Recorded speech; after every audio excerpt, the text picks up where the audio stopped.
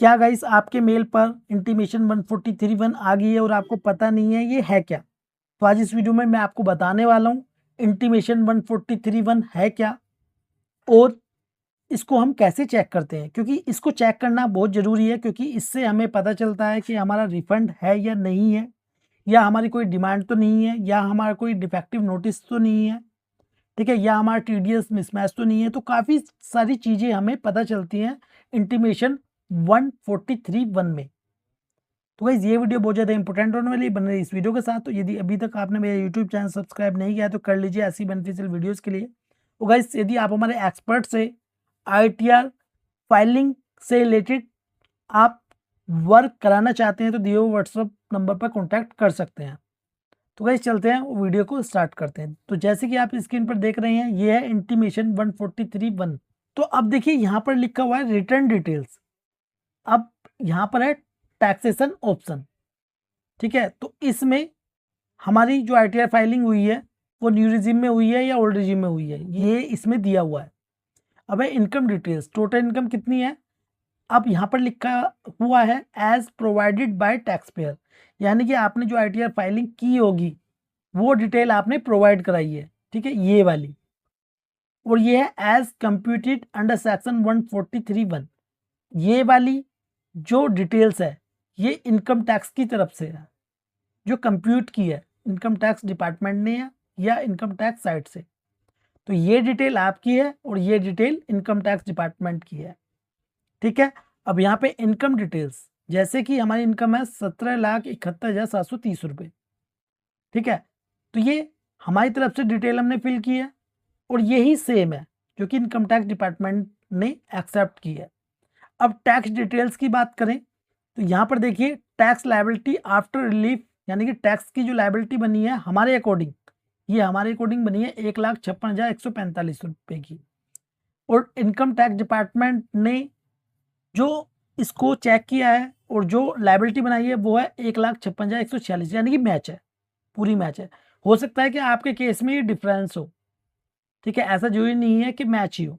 आपने जो फिगर है कुछ और ऐड की है, लेकिन इनकम टैक्स डिपार्टमेंट ने कुछ और ऐड की है, ठीक है। हो सकता है ये डिफरेंस हो आपकी, और हो सकता है टोटल इनकम में भी डिफरेंस हो, लेकिन हमारे केस में नहीं है। अब आ जाते हैं इंटरेस्ट एंड फी पेबल। अब हमने भी यहाँ पर कोई ऐड नहीं किया, वैसे तो हमारा जो इंटरेस्ट और फी होती है वो ऑटोफिल होके आती है, ठीक है। तो हमारी कोई भी इंटरेस्ट और फी नहीं थी, ठीक है, इनकम टैक्स डिपार्टमेंट वाले कॉलम में भी नहीं है।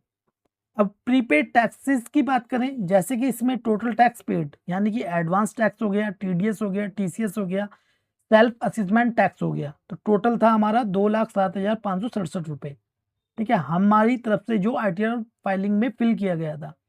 और इनकम टैक्स डिपार्टमेंट वाले कॉलम में भी 2,07,000 यानी कि सेम है। अब रिफंड डिटेल्स की बात करें तो refund amount including 44A interest, यानी कि होता क्या है, जो इनकम टैक्स डिपार्टमेंट है यदि आपका रिफंड बनता है तो उस पर इंटरेस्ट भी ऐड करती है, जो कि जिसका सेक्शन है 244A इंटरेस्ट, ठीक है, अंडर सेक्शन 244A। तो जो हमारी तरफ से रिफंड बना था वो बना था 51,420 रुपये का, लेकिन इनकम टैक्स डिपार्टमेंट वाले कॉलम में जो इनकम टैक्स डिपार्टमेंट ने रिफंड को बनाया वो कितना बनाया है, 52,710 रुपये। अब ये यहाँ पर मिसमैच क्यों है, हमारा तो यहाँ पर था 51,420 रुपये, लेकिन इनकम टैक्स डिपार्टमेंट ने कितना बनाया, 52,710 रुपये। ऐसा क्यों, क्योंकि इसमें इंटरेस्ट भी इंक्लूड है अंडर सेक्शन 44A, ठीक है। तो इसमें इंटरेस्ट की अमाउंट भी इंक्लूड है, यानी कि इंटरेस्ट भी आपको इनकम टैक्स डिपार्टमेंट देगा, एडवाइज इनकम, ठीक है। सैलरी कितनी थी हमारी, 19,97,919, ठीक है, यही हमारी सेम है। अब उसके बाद income from capital gain, income from house property, house property में कुछ नहीं है। इनकम फ्रॉम कैपिटल गेन में भी हमारी जो इनकम थी 21,033 थी, इनके अकॉर्डिंग भी इतनी ही है। इनकम फ्रॉम अदर सोर्सेज में 32,986 थे, इनके अकॉर्डिंग भी, यानी कि इनकम टैक्स डिपार्टमेंट के अकॉर्डिंग भी सेम ही है। अब intra head adjustment of current year losses, जो हमारे जो लॉस था वही सेम है। अब उसके बाद टोटल हेड वाइज इनकम कितनी होगी, 20,51,938 रुपये, ठीक है, इनके अकॉर्डिंग भी इनकम टैक्स डिपार्टमेंट के अकॉर्डिंग भी सेम है। फिर उसके बाद balance after set of current year losses ये भी सेम है, ये भी सेम है यहाँ पर, ठीक है। स्पेशल इनकम यहाँ पर हमारी कुछ नहीं है, नीचे दिया हुआ है, तो ये भी हमारी सेम है। अब इसमें देखिए डिडक्शन देख लेते हैं एक बार, नहीं है हमारे अकॉर्डिंग 2,80,209 और डिपार्टमेंट के अकॉर्डिंग भी सेम है, ठीक है, और ये भी हमारा सेम है। फिर नीचे आएंगे, टैक्स पेबल भी हमारा सेम बन रहा है यहाँ पर, हेल्थ एंड एजुकेशन सेस भी सेम है, ठीक है, और ग्रोस टैक्स लायबिलिटी भी हमारी बिल्कुल सेम है। तो देखिए कुल मिलाकर आपको जो इसमें चेक करना है वो आपको क्या चेक करना है कि जो ये वाला कॉलम है जो हमने फिल किया आईटीआर फाइलिंग में, वही हमारा किस में होना चाहिए, इनकम टैक्स डिपार्टमेंट वाले कॉलम में, जो इनकम टैक्स डिपार्टमेंट ने चेक किया है। और यदि आपकी कोई डिमांड वगैरह है या आपका कोई नोटिस वगैरह है, ठीक है, तो वो भी आपका शो हो जाता है इंटीमेशन में।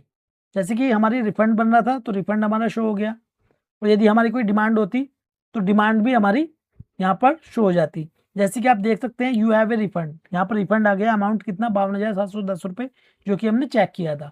यदि कोई आपकी डिमांड होती तो यहाँ पर शो हो जाती, यदि आपका डिफेक्टिव नोटिस होता तो भी यहाँ पर शो हो जाती, ठीक है। तो आपको इस प्रकार चेक करनी है।